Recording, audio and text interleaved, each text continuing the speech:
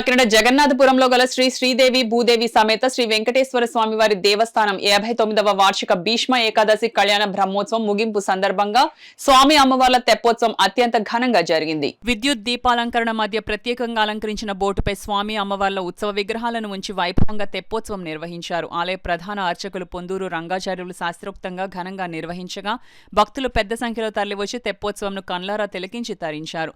ఆలయ ఈవో సత్యవాణి పర్యవేక్షణలో ఉత్సవ కమిటీ సభ్యులు భక్తులకు ఎటువంటి అసౌకర్యం కలగకుండా తగిన ఏర్పాట్లను చేశారు. వార్షిక కళ్యాణ బ్రహ్మోత్సవ సందర్భంగా ఈ రోజు తెప్పోత్సవం జరుపుకుంటున్నాం. ఈ పూజ కార్యక్రమం స్వామివారిని వేంచేపు చేశాం. లోపల స్వామివారి సన్నిధిలో విశ్వక్షేణ పూజ, పుణ్యాహవాచన కార్యక్రమం చేసిన తర్వాత సంప్రోక్షణ అనంతరం స్వామివారికి ఇక్కడ వేంచేపు చేశాం.